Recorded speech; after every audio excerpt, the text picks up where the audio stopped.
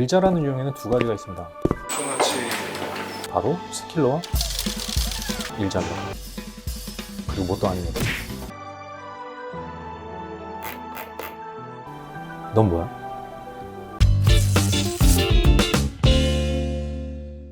스킬러랑 일잘러 차이가 뭐예요? 이 스킬 좋은 애들은 세 가지로 보면 돼. 일을 빨리 하는 애들, 정리 잘하는 애들, 그리고 대화 잘하는 애들. 자, 일을 빨리 하는 애들은 이런 거지. 엑셀이나 뭐 파워포인트 이런 프로그램을 잘 다뤄가지고 주어진 일을 굉장히 스킬적으로 빨리 할 수 있는 거. 이게 일을 빨리 하는 거고. 정리 잘하는 애들은 뭐겠어? 알맹이가 뭔지, 중요한 게 뭔지 이런 캐치 잘해가지고 정리를 정말 잘하는 거지. 이런 거, 이런 정리하는 거 말고. 그 다음에 대화를 잘하는 애들은 말 그대로 비즈니스 커뮤니케이션이 좋은 애들이야. 예를 들어서 회의를 하든 뭐 이런 것들을 했을 때 흐름을 원하는 방향으로 잘 끌고 갈 수 있는 대화 스킬이 있어서 짧고 굵게 효율적으로 일을 하는, 대화를 할 수 있는 그런 애들이 내가 봤을 때는 스킬이 좋은 애다 라고 봐야 될 것 같아요. 근데 그게 어떻게 보면 일 잘하는 거 아니에요? 근데 이게 어떻게 보면 직급별로 좀 관점의 차이가 있을 수 있거든. 예를 들어서 사원, 주임, 대리처럼 실무를 보시는 그런 연차랑 일단 과장 이상의 관리자급 같은 경우는 생각하는 관점이 좀 달라지지. 그러면 상사가 보는 일잘러 특징은 뭔데요? 일단 첫 번째로는 업무를 왜 하는지 좀 파악할 수 있는 사람이어야 되고, 두 번째로는 커뮤니케이션이 원활한 사람, 그리고 세 번째로는 이 백그라운드 세팅, 즉 상사가 올바른 의사결정을 할 수 있도록 준비 잘해주는 사람, 이렇게 세 가지라고 나는 생각을 하거든. 이게 아랫사람들한테 일을 시켜보면 이걸 왜 하는지 자체를 모르고 그냥 하는 애들이 있어. 하물며 진짜 많아. 너도 좀 그렇지 않냐?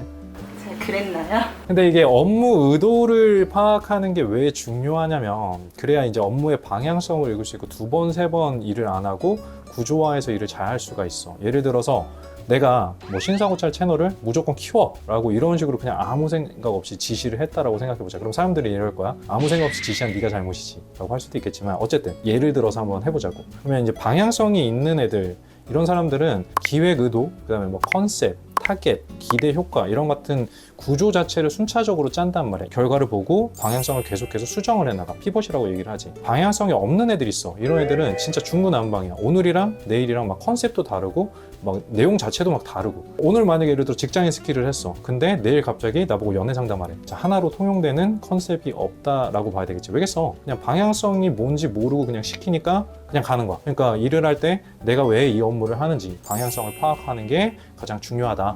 그리고 두 번째, 커뮤니케이션이 원활한 사람들이라고 얘기를 했잖아. 아까 뭐 스킬러에도 내가 커뮤니케이션 얘기를 하긴 했지만, 이거는 단순하게 대화를 잘하는 사람이 아니라 업무를 하다 보면 내가 인지하고 가고 있는 이 방향이 일을 딱 주자마자 바로 해결되지 않잖아. 내가 일을 하다 보니까 의심이 되는 순간이 와. 이게 맞아? 라는 순간이 분명히 온단 말이야. 그랬을 때 일을 주는 상사라든지 아니면 옆에 있는 동료들한테 중간중간 보고를 하거나 의견을 확인을 해서 리마인드 하는 작업들을 해줘야 되거든. 근데 커뮤니케이션이 잘 안 되는 사람들이 보통 이걸 안 해. 왜? 우리가 답답하다라고 하는 사람들이 이런 사람들이야. 혼자 생각하고 혼자 결정해서 결과물을 보여줬어. 근데 개판이야. 그럼 상사 입장에서는 이 직원 어떻게 생각했어? 진짜 일 왕 못하네. 이렇게 생각할 수밖에 없어. 걔한테 일을 한 번 줬는데 그런 결과가 여러 번 나왔다? 일 안 주겠지. 상사는 기본적으로 직원이 일을 하고 있는 것들을 하나 다 볼 수는 없어. 기본적으로 얘한테도 주고 얘한테도 주고 얘한테도 줬을 거 아니야. 근데 나도 일을 해야 돼. 그러다 보니까 어떤 시간과 일정한 비용을 들여가지고 어느 순간 어느 시점에 우리가 다 같이 이걸 취합해서 하나의 어떤 일을 만들어 놨을 텐데, 이게 여기서 빠그라졌다? 그럼 기본적으로 이걸 다시 해야 된다라는 결과값이 나올 거잖아. 귀찮더라도 사전 보고나 중간 공유 이런 부분들은 꼭 해야 돼. 그래서 내가 가고 있는 길이 상사의 의도와 맞는지, 혹은 이 일의 방향성과 맞는지를 조금 의심이 든다, 이상하다 싶으면 내 생각에는 공유를 계속 해줘야 된다. 이게 바로 비즈니스 커뮤니케이션이다. 더 나아가면 아무리 일을 잘한다고 생각해도 회사도 결국에는 사람들이 모여서 만든 조직이란 말이지. 그리고 이 조직이라는 건 결국엔 서로 간에 협동이 있어야 돼. 동료 상사랑 내가 비즈니스 커뮤니케이션이 단절됐다? 어떻게 될까? 나만 고립되고 나만 손해를 볼 수밖에 없겠지. 일을 잘하는 애들은 기본적으로 이 협력 관계들이 되게 좋아. 커뮤니케이션을 잘하고 있다는 거지. 내가 봤을 때는 일을 잘한다, 커뮤니케이션이 좋다라고 봐야 되지 않을까 싶어. 마지막으로 이제 백그라운드 세팅이다라고 내가 표현을 했는데, 이건 좀 말을 내가 급조해서 만든 거기는 해. 이게 다른 말로 좀 표현을 하면, 상사가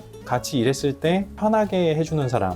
너희가 상사 입장이라면 어떨까? 내가 말하기 전에 어떤 상황에 대해서 플랜 A부터 플랜 C까지 막 다 세팅을 해놨어. 하물며 의사결정권자인 이 상사가 최고의 의사결정을 내릴 수 있도록 준비를 해주는 거야. 자료조사, 뭐 시장조사, 뭐 필요한 것도 전문가 조언 다 받아놨어. 그럼 상사는 어떨까? 의사결정을 내리기 필요한 자료들이 다 있고 난 이걸 보고 의사결정만 내리면 되는 거야. 세팅이 다 돼 있는 거지. 이 직원이 얼마나 예쁘겠어, 안 그래? 실제로 내가 예전에 직장 생활할 때 이런 직원분을 본 적이 있어. 다른 팀에서 일 잘한다는 소문 완전 나지. 프로젝트에 이 직원 빼오려고 난리나. 이 사람하고 같이 일하면 편하다는 거지. 그럼 상사 입장에서는 얘가 어떻겠어? 잘한다고 칭찬해주면 되는 거야. 유치원이 아니잖아, 회사는. 그러니까 이런 애들을 승진시켜줘야지. 간혹 상사 중에서 이제 진짜 쪼잔해가지고 일을 잘해서 승진하는 이런 후배들 질투하거나 막 견제하거나 못 올라가게 하거나 하는 그런 사람들이 있거든? 근데 그건 어떻게 보면 진짜 미련한 거지. 내 아래 직원이 승진을 했어. 그럼 뭐야? 나는 그 승진한 직원을 키운 상사가 되는 거고, 또 우리 팀은 뭐야? 승진한 직원을 배출한 팀이 된 거야. 나는 관리자잖아. 그건 어마어마한 거지.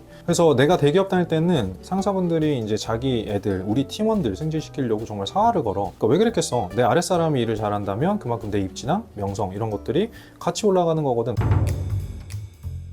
이사님은 어떤 직원이랑 더 일하는 게 편하세요? 스킬러랑 일잘러?